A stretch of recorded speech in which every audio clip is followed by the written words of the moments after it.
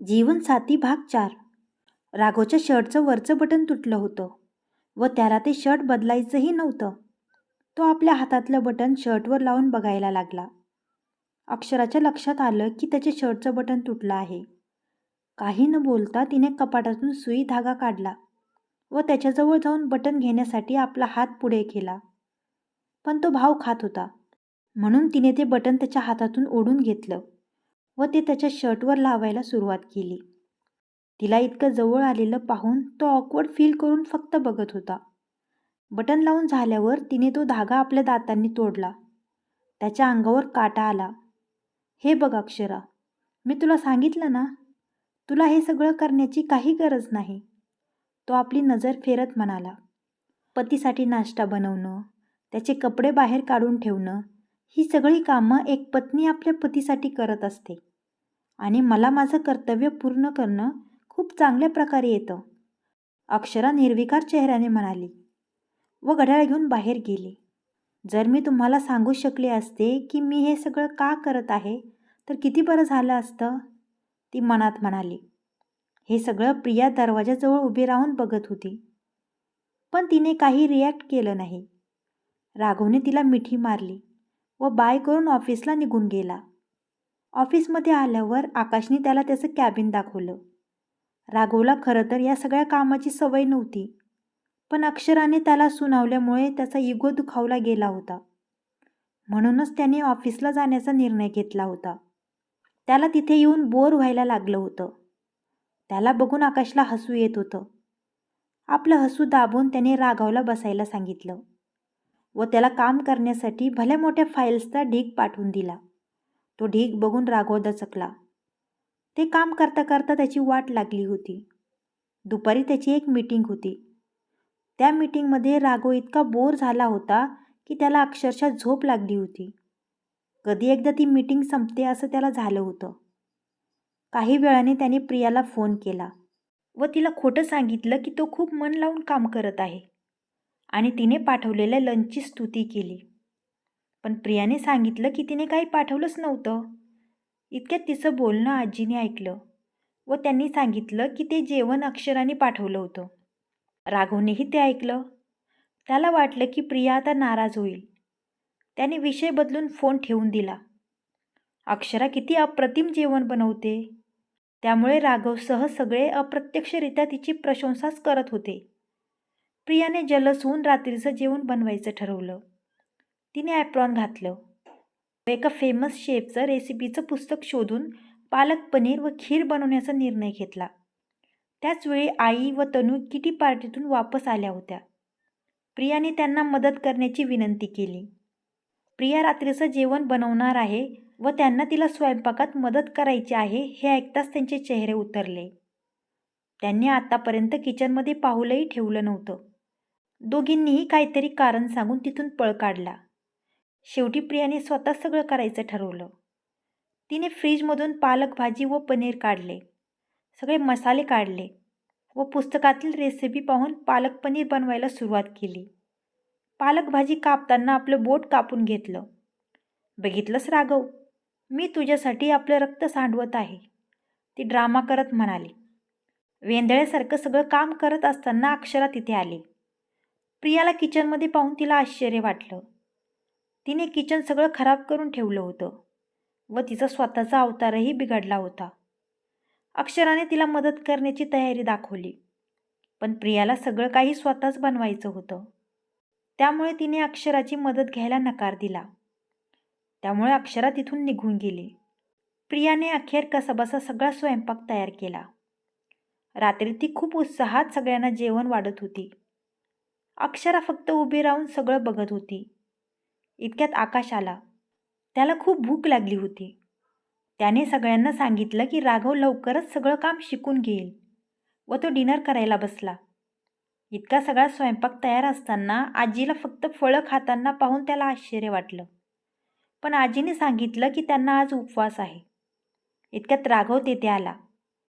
सर्वांनी त्याचा पहिला दिवस कसा गेला ते विचारलं. त्याने हसून सगळ्यांच्या प्रश्नांची उत्तरं दिली. प्रियाकडे प्रेमाने बघत तो डिनर करायला बसला.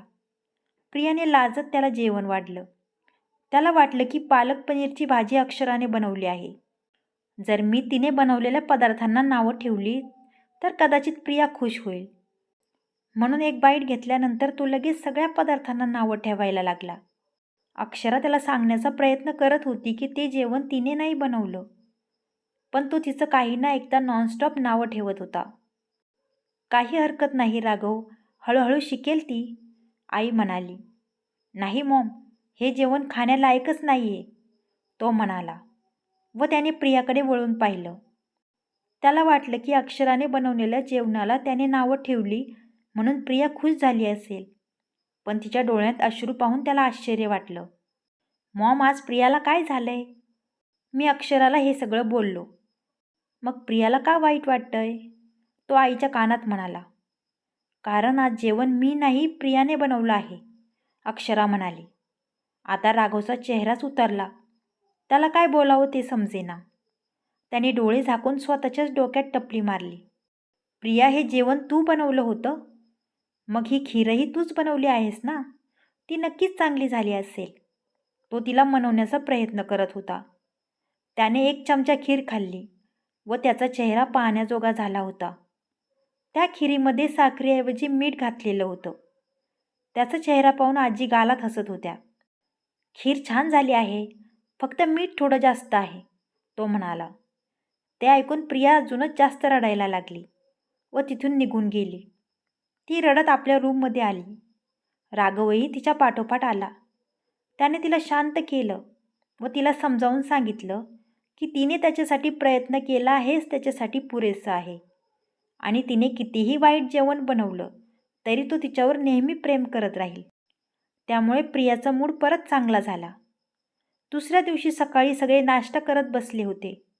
फक्त आजी तिथे नव्हत्या, कारण त्या काही कामासाठी बाहेर गेल्या होत्या.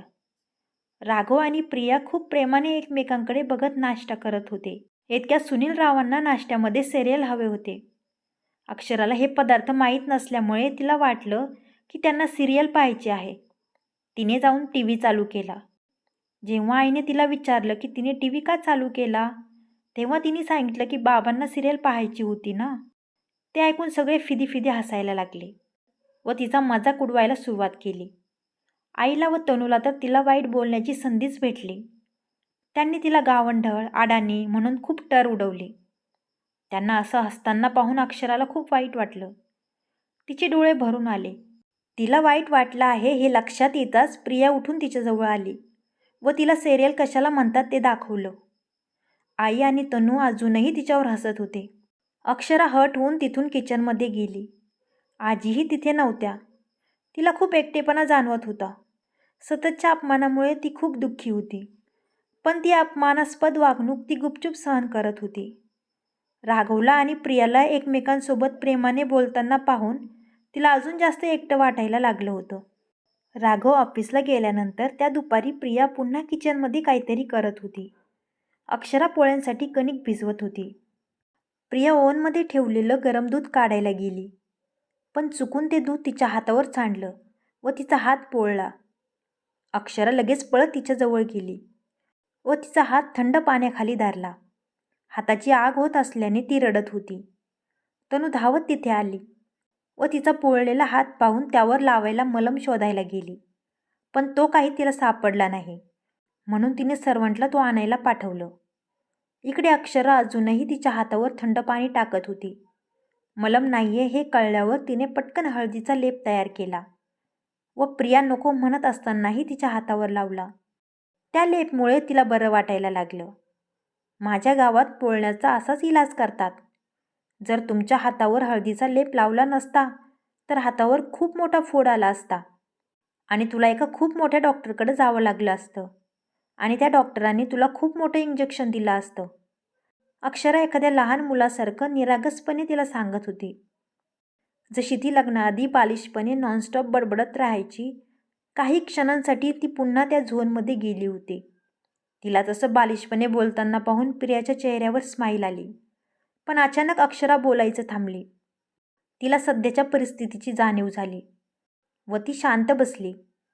प्रियाला आता बरं वाटायला लागलं होतं. काही वेळाने अक्षरा प्रियासाठी हळदीचं दूध घेऊन तनूच्या रूममध्ये आली. पण त्यावेळी फक्त आई व तनू तिथे होत्या.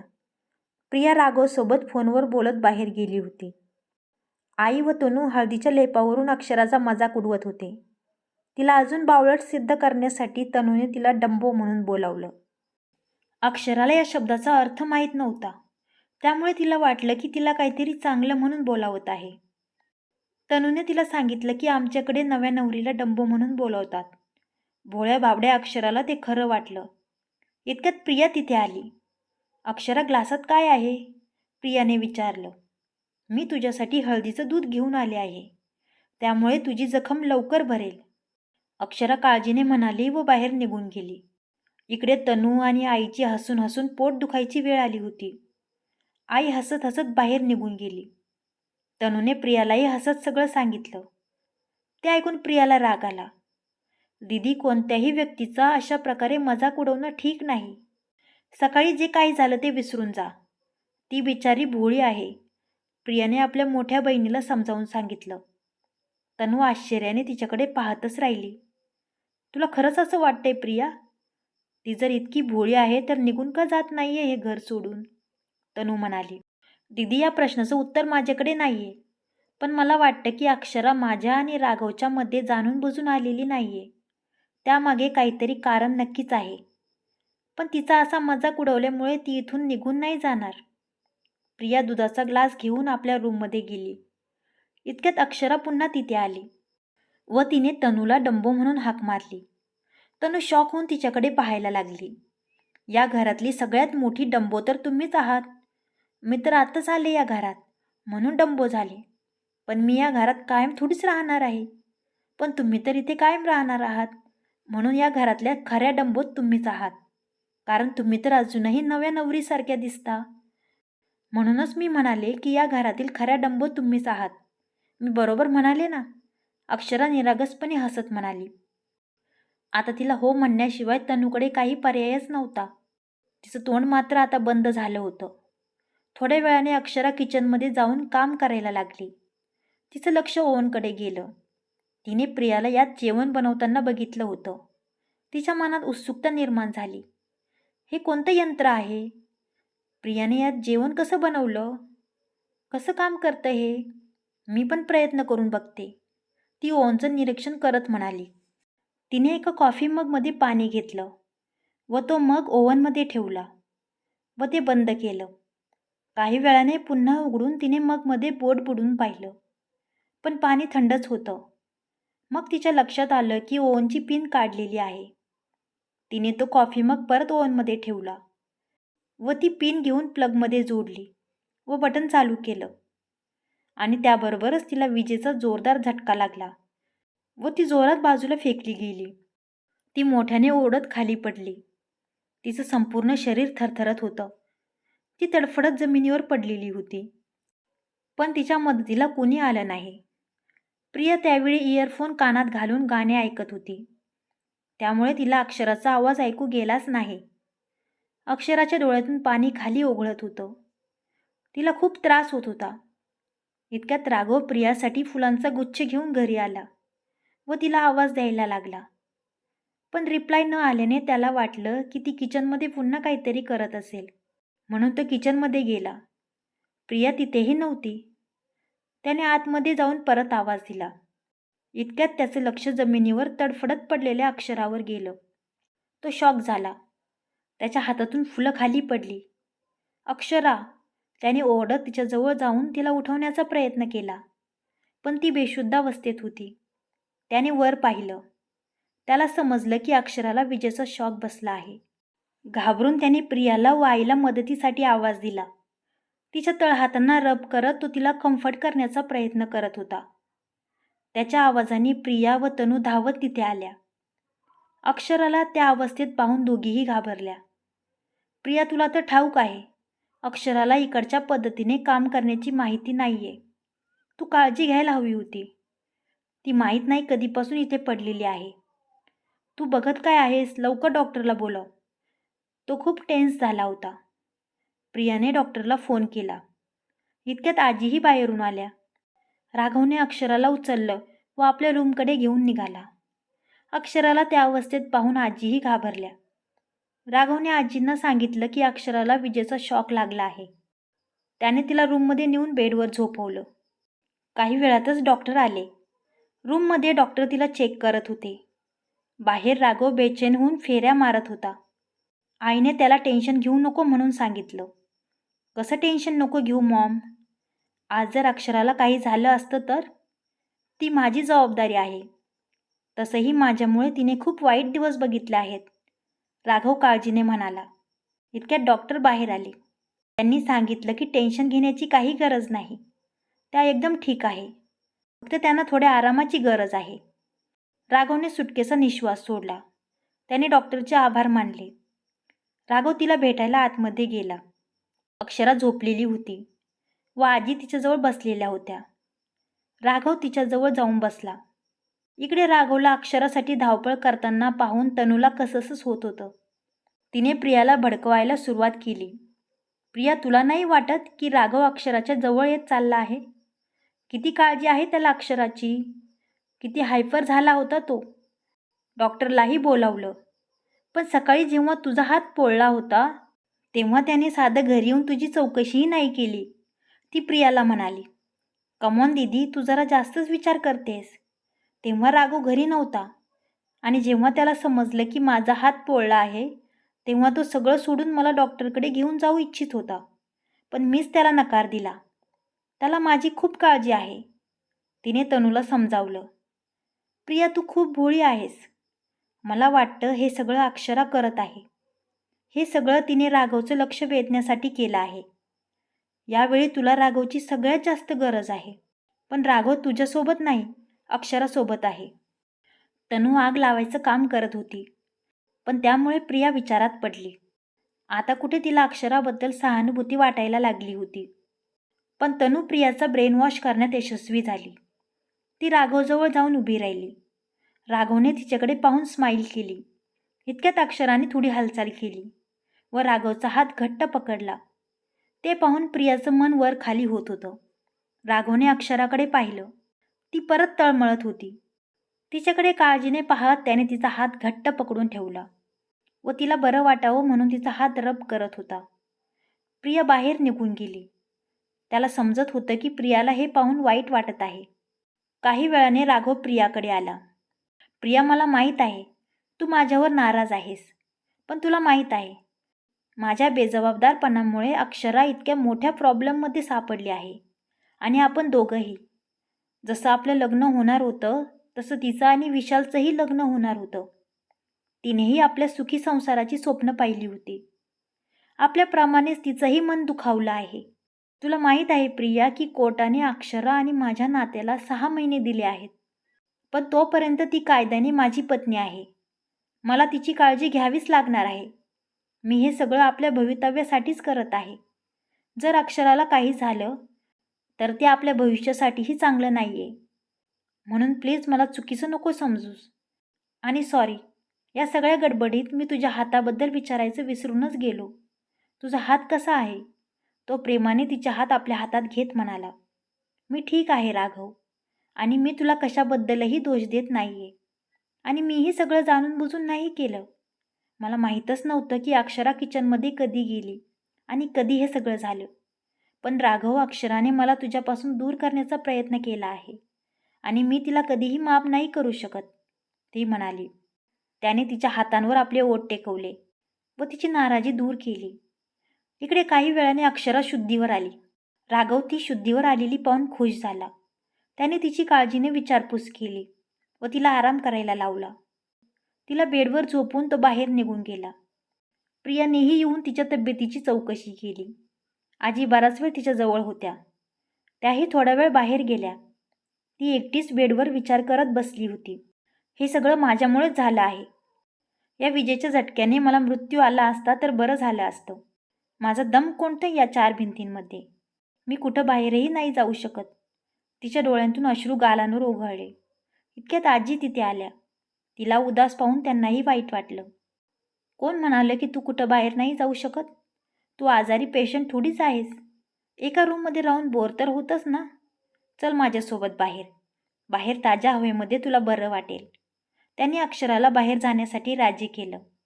अक्षरा तयार होऊन बाहेर आली. आजीने तिला बाहेर फिरून आणलं. मुंबई शहर ती पहिल्यांदाच बघत होती.